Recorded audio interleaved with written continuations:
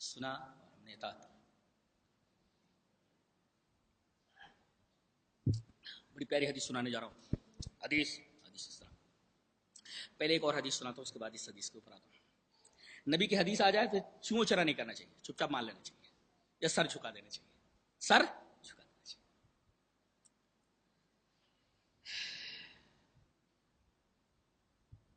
حدیث اس طرح. وعن الزبیر ابن عربی قال سأل رجل ابن عمر رضی اللہ تعالی عنہما عن استلام الحجر فقال رأيت رسول الله صلى الله عليه وسلم يستلمه ويقبله قال قلت أرأيت إن زحمت أرأيت إن غلبت قال اجعل أرأيت باليمن رأيت رسول الله صلى الله عليه وسلم يستلمه ويقبله رواه البخاری فی کتاب الحج. حضرت امام بخاری سے حدیث پاک ویسے کتاب الحج کے اندر لائے. اچھا، بہت پیاری حدیث ہے. حضرت زبیر ابن عربی کہتے ہیں کہ میں وہاں بیٹھا تھا، ایک آدمی نبی کے پاس آیا اور کہا کہ اللہ کے رسول ایک مسئلہ پوچھنا ہے. کہا کہ پوچھو. کہا کہ وہ حجر اسود کے ساتھ کیا کیا جائے؟ تو نبی کریم صلی اللہ علیہ وسلم نے فرمایا ہاں. حضرت ابن عمر کے پاس یہ آدمی آتا ہے اور کہتا ہے کہ حجر اسود کے ساتھ کیا کیا جائے. کس سے پوچھ رہا ہے؟ ابن عمر سے. ابن عمر کہہ رہے ہیں کہ میں نے نبی کریم صلی اللہ علیہ وسلم کو دیکھا. اب دیکھو یہ بھی حوالہ دے رہے ہیں. رأیت رسول اللہ صلی اللہ علیہ وسلم یستلمہ ویقبلہ، یعنی صحابی بھی اپنی طرف سے کوئی بات نہیں بولتا تھا. میں یہ مسئلہ پوچھ رہے ہیں کہ حجر اسود کے ساتھ کیا کیا جائے.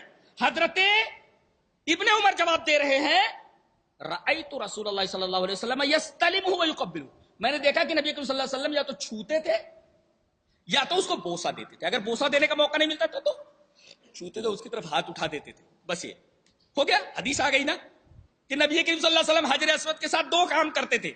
ایک تو بوسہ دیتے تھے اور بوسہ دینے کا وقت نہیں ملتا تھا تو چھو دیتے تھے یا اس کی طرف ہاتھ اٹھا دیتے تھے. خلاص. اب آگے دیکھو کیا بول رہا ہے یہ جو ابن عمر سے پوچھ رہا ہے. حدیث آ جانے کے بعد کہتا ہے ارأیت ان زحمت، اچھا یہ بتائیے اگر بھیڑ ہو جائے تو. ارأیت ان غلبت، بھلا یہ بتائیے اگر میں مغلوب کر دیا جاؤں.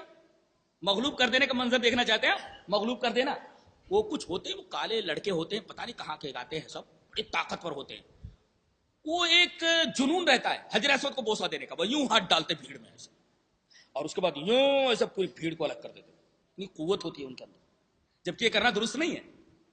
حجر اسود کو بوسہ لینے کے لیے دوسروں کو تکلیف پہنچانا یہ جائز نہیں ہے. وہ کیا کرتے ہیں؟ ایسے ہاتھ ڈالتے بھیڑ میں اور اتنے طاقتور ہوتے ہیں، ایسے بھیڑ کو الگ کر دیتے ہیں اور اس کے بعد حجر اسود کو بوسہ لے کر آگے بڑھ جاتے ہیں.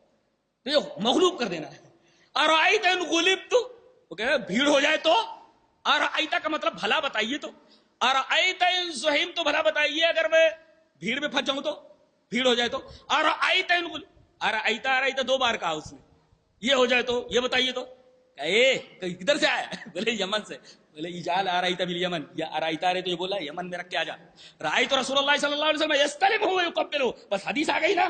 میں نے دیکھا کہ نبی کریم صلی اللہ علیہ وسلم کو کعب استلام کرتے تھے اور بوسہ لیتے تھے. اب ان دونوں میں سے ایک تجھے کرنا ہے. یہ ارأیت جو بولا اسے یمن میں رکھ کے آ جا. کہاں سے آیا؟ بولے یمن سے. اجعل ارأیت بالیمن، یا ارأیت جو بولا اسے یمن میں رکھ کے آ جا. اجعل ارأیت بالیمن. اللہ اکبر. جب کوئی حدیث کے مقابلے میں کوئی بات لاتا تھا تو حضرت ابن عمر اور جتنے بھی صحابہ تھے ڈانٹ دیتے تھے. حدیث کے مقابلے میں کیا لا رہا ہے تو؟ یہ سب مائیں شاہ ایک طرف رکھ دے. حدیث آ گئی، پیر صاحب نے فرمایا ہاں وہ بیٹھ جا، لے کر کے بیٹھ جا. کہتے ہیں کہ جس کا کوئی پیر نہیں اس کا پیر شیطان. اہل حدیثوں کو کوئی پیر نہیں، پیر شیطان ہوتا ہے. میں نے کیا کہا تھا؟ پیر ہونا ضروری ہے ہمارے یہاں، اس کے اوپر بیعت ہونا بھی ضروری ہے. لیکن ہمارے یہاں پیر کے لیے بڑی شرط ہے، بڑی کڑی شرط. ایک تو والنجم اذا ہوا، قسم ہے ستارے کی جب وہ جھک جائے. آپ کو معلوم ہے کہ ستارہ جب جھک جاتا ہے تو یہ خوشخبری ہوتی ہے، نوید ہوتی ہے صبح کی. جب تک تاریکی رہتی ہے تب تک سامنے کی چیز دکھائی نہیں دیتی. برابر ہے؟ کوئی پتھر رکھا ہوا، کتا بیٹھا ہوا ہے، شیر بیٹھا ہوا کہ کاٹ نہ لے. لیکن جب وہی چیز اجالے میں آ جائے تو پتہ چلتا ہے کہ کتا ہے، پتھر ہے، سے ممتاز ہو جاتی ہے نا. تو والنجم اذا ہوا، اس کے بعد کہا ما ضل صاحبکم وما غوا، میرا نبی نہ تو بہکا نہ تو ضلالت میں مبتلا ہوا نہ غوایت میں. ضلالت کس کو کہتے ہیں؟ علم میں غلطی کرنے والا.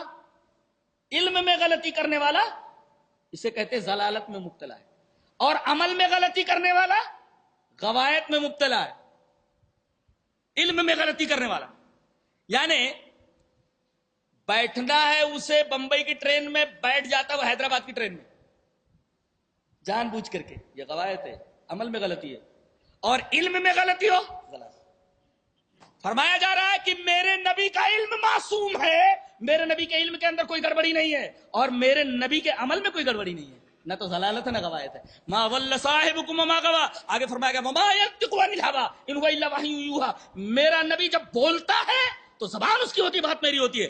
اب قرآن حکیم بولتا ہے اور اہل حدیث بولتا ہے، ہمارے یہاں پیر کے لیے یہی شرط ہے کہ جب وہ بولے تو زبان اس کی ہو، بات اللہ کی ہو، اور جس کے علم کے اندر کوئی گڑبڑی نہ ہو اور جس کے عمل کے اندر کوئی گڑبڑی نہ ہو. اب اگر اس طریقے کو کوئی پیر ہو تو لاؤ دنیا میں کس کے پاس ایسی ہمت ہے کس طریقے کا پیر لا کر کے بتائے جناب محمد رسول اللہ صلی اللہ علیہ وسلم کے سوا. لہذا ہمارا ایک ہی پیر ہے، ہمارا ایک ہی امام ہے، وہ ہے جناب محمد رسول اللہ صلی اللہ علیہ وسلم. اور رہا آنکھیں بند کر کے